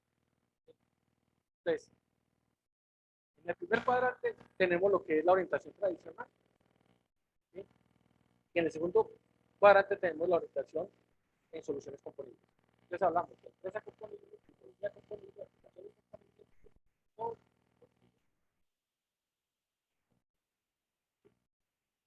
Entonces, en valor, vamos a tener que empresas componibles, vamos a tener en cuenta la sostenibilidad, ¿sí? Medio ambiente,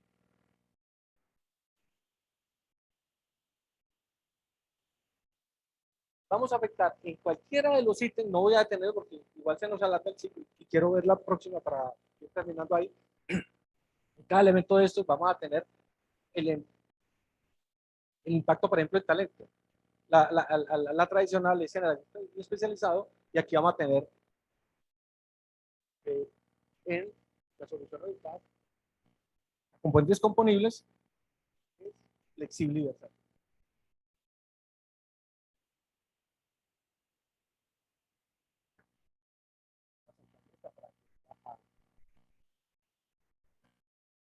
Para hacerles una analogía, me alargó mucho el tema y no voy a alcanzar a explicarles esto en tiempo. Todos sabemos de sistemas que son las APIs para los computadores. En última instancia, las APIs es lo que hizo que los computadores fueran más fáciles de usar y los sistemas operativos se convirtieron en intermediarios para ayudar a la vaina, ¿sí o no? Vale. Entonces, nosotros los humanos ya no tenemos que preocuparnos por hacer un curso de sistemas operativos o de un teléfono móvil. Yo me acuerdo que yo daba cursos de sistemas operativos de 30 horas, hace 20 años. Dábamos cursos de internet, un curso que duraba un mes. ¿Quién de los niños que nací hoy en día tiene que ir a un curso de internet o ir a recibir un curso de un teléfono móvil? No, porque todo eso se maneja intuitivamente. Todo el software que utilizamos nos ayuda con eso. Pero los que vivieron internet otra hora sabían que había que hacer una gran cantidad de cursos para poder buscar información en internet. ¿Cierto? Yo me acuerdo que para los 90 los cursos que damos de internet eran de muchas horas para poder enseñar a la gente a usar internet. Hoy en día, cualquier abuelita entra a Google y ahí con solo hablarle, él le encuentra lo que sea. No necesita ir a la universidad distrital a que le dé un curso de esa vaina. ¿Cierto? Y todo es gracias a qué? A que gracias a lo que hacemos en sistemas hemos facilitado todo eso. ¿Vale? Entonces, lo que es la computación componible, las soluciones componibles, la empresa componible va a hacer eso. Lo mismo, una empresa componible va a tener una serie de APIs que va a interactuar con los procesos y los servicios, fomento servicios, de una manera sencilla. Entonces yo lleno la empresa de todas esas componentes componibles, aplicaciones componibles, módulos componibles, hardware componible, etcétera, etcétera, y los pongo a hablar entre ellos porque son elementos que ya pueden tener asociada inteligencia. Por eso yo hablo que es muy fácil que en el futuro tengamos empresas completamente automáticas sin presencia de los seres humanos, incluyendo los inversores. En el curso de organizaciones que aprenden, yo demuestro que uno puede llegar a tener una empresa sin presencia humana total, que eso es un rompimiento por el pensamiento que tenemos hoy día. Claro, rompe todo lo que ustedes quieran, pero es una verdad que la tenemos a la vuelta de la esquina. ¿sí? Mi curso de sistemas operativos, yo no hablo de usuarios, hablo de utilizadores. Porque los que más usan los computadores, los que más usan los sistemas, son ¿quiénes? Otras máquinas. Y esas máquinas no son usuarios, son utilizadores. Y en el futuro, los que van a manejar las máquinas son las otras máquinas. Y nosotros los humanos vamos a estar cómodamente viéndolos trabajar y disfrutando de las ventajas que eso nos trae y las consecuencias que ello nos depara, ¿cierto? Porque claro, también eso tiene retos. Entonces, esto es lo que yo quería mostrarles, este comparativo, para que veamos la próxima generación de soluciones que vienen integradas al desarrollo de software y computación en la nube. Que las vamos a ver nosotros en nuestro país ya. Muy seguramente nos vamos a demorar. Nosotros demoramos un poquito pero por fuera ya se están viendo muchas soluciones. Alibaba, que saben que es una empresa multinacional, ellos están comprometidos totalmente en este esquema. Y muchas empresas grandes están en este rollo. ¿Y eso qué les va a traer? Eso solo trae ganancias. Y ellos lo saben. Bien.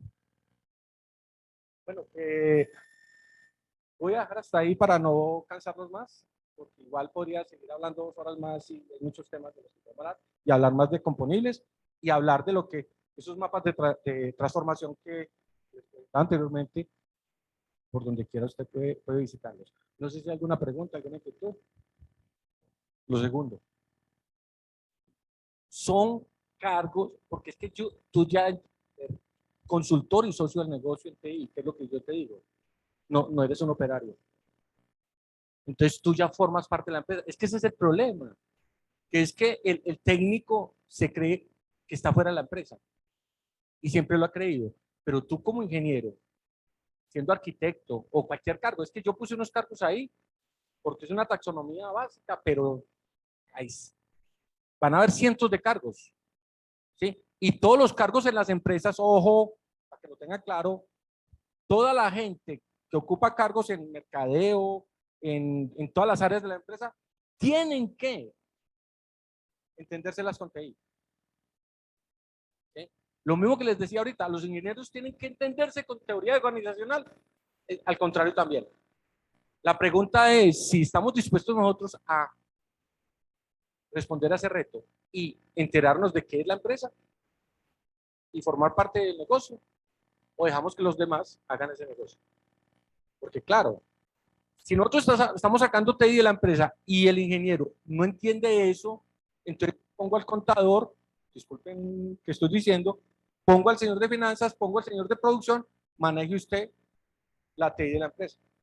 Porque usted ya maneja, ¿cierto? Maneja el negocio, pero también maneja conceptos de TI, ¿o no? Entonces, ese es el pecado que estamos cometiendo. ¿Sí? Y yo no estoy hablando de pelear por puestos. No, estoy diciendo, es como ejercer como ingeniero. Las matrices de gestión de riesgo con la pandemia quedaron descubiertas. ¿Por qué? No estoy diciendo que son malas, son una maravilla. Yo soy, mi campo de actuación de investigación es de auditoría de sistemas. Y por eso estos enfoques. ¿Vale? El problema es que no estamos haciendo una gestión integral del riesgo. No estamos mirando todo el panorama. Pero, claro, usted me va a decir, pues es que nadie pensaba que iba a haber una pandemia. Maestro, eso hace rato que está inventado. ¿Habíamos visto películas de eso, sí o no? Habíamos visto desastres y proyectamos desastres, pero claro, no lo pensamos. Y estoy hablando de todos los países del mundo, no se salva nadie. ¿Sí? Es más, si ustedes me disculpan por ser tan atrevido, somos tan manipulados que solo un país tiene el control de toda la tecnología del mundo y eso no lo dejamos ver y lo estamos viendo ahorita con los problemas que sucedieron post pandemia, guerra comercial China-Estados Unidos, guerra Ucrania-Rusia. Independiente de la postura, ¿cómo es que se dice? Religiosa, política, económica que tenga cualquiera de ustedes. ¿Es cierto o no es cierto de que hay gente en este mundo que está controlando la tecnología y dependemos de ellos. Y eso es lo que nos está pasando hoy día y nos va a pasar si nos descuidamos. ¿Sí? La guerra de chips, ¿por qué? Todo este problema, ¿por qué está sucediendo? Y si no nos preocupamos de ello, obviamente alguien va a controlar nuestros destinos. Ese es el problema que va a tener hacia el futuro. ¿Vale? Entonces, sí que claro que es un problema de seguimiento y control, es un problema de no analizar todo integralmente, ¿cierto? Yo estoy de acuerdo y lo primero que en mis cursos de programación, cuando daba programación, cada rato que no hay programación, lo primero que le enseñaba es dividir y conquistar. Pero yo no me acuerdo que en ningún curso de programación, yo al final del curso dije, usted partió esa cosa en pedacitos, venga a pegar de nuevo. Y en toda la carrera nunca se lo dicen. Pues no sé si aquí en el programa de ingeniería de sistemas les dicen al final, es que eso se vuelve a pegar con este engrudito y hay que hacerlo de esta manera y esto lo protegemos, ¿cierto? Pero eso trasciende más de lo que estoy diciendo acá. Entonces, el asunto es eso, pensemos de una manera integral con todos los elementos, pero tampoco nos volvamos pesimistas, claro. Y en gestión de riesgo uno lo que maneja ciertas holguras y uno paga al riesgo, por eso se llama empresa. ¿Qué es la definición de empresa? Es un albur que uno juega y juega para ganar, ¿cierto? Pero claro, pero jueguelo bien, no se enrede.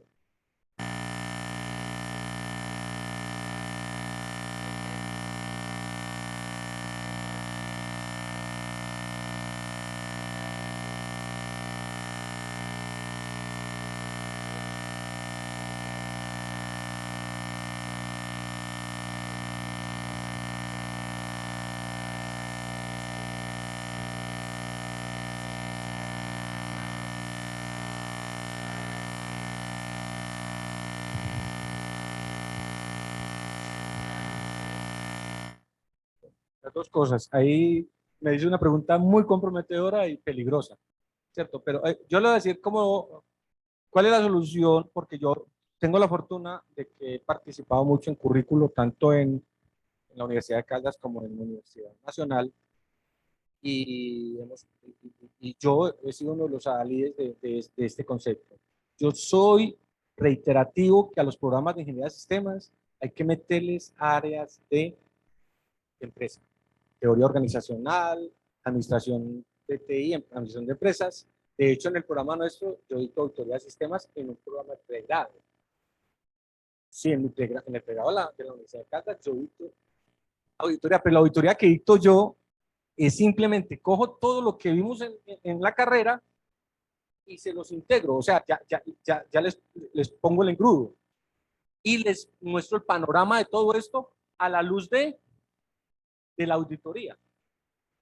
Entonces yo les empiezo a explicar la concepción empresarial, ellos crean una empresa ficticia, todo el grupo, y les pongo roles de empresa.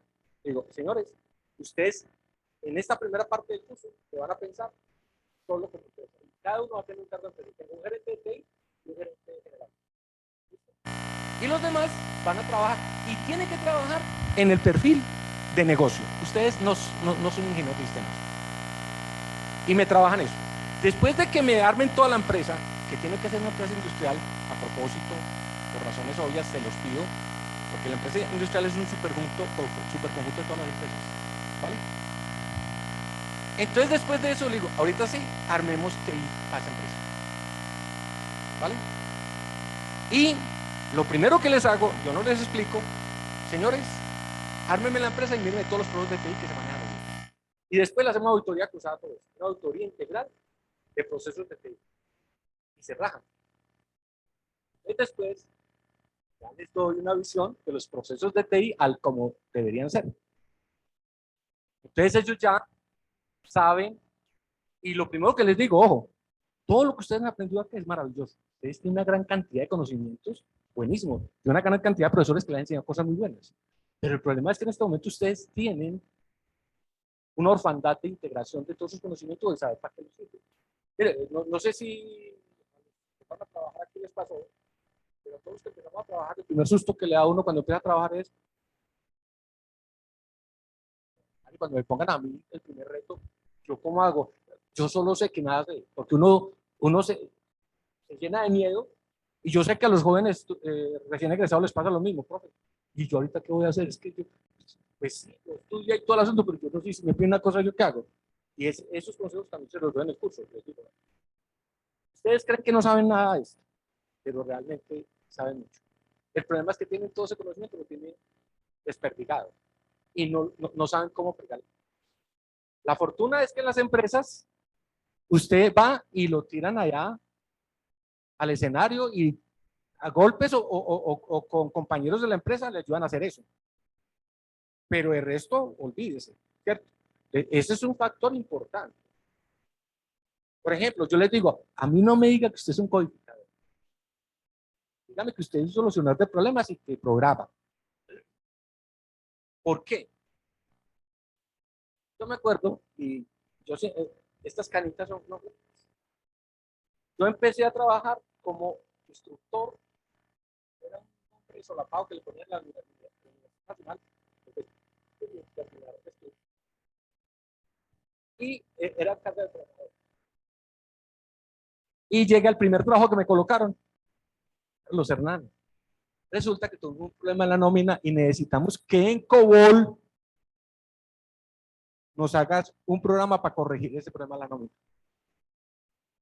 Yo había aprendido Fortran, yo no sabía COBOL, pero yo no le dije a mi jefe, no lo voy a hacer.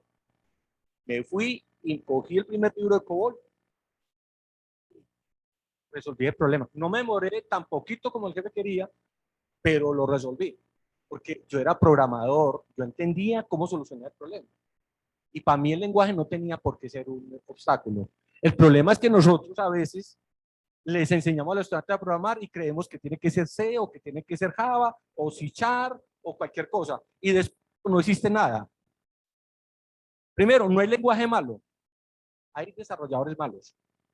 No hay sistemas operativos malos. ¿Sí? Hay sistemas operativos. ¿Sí?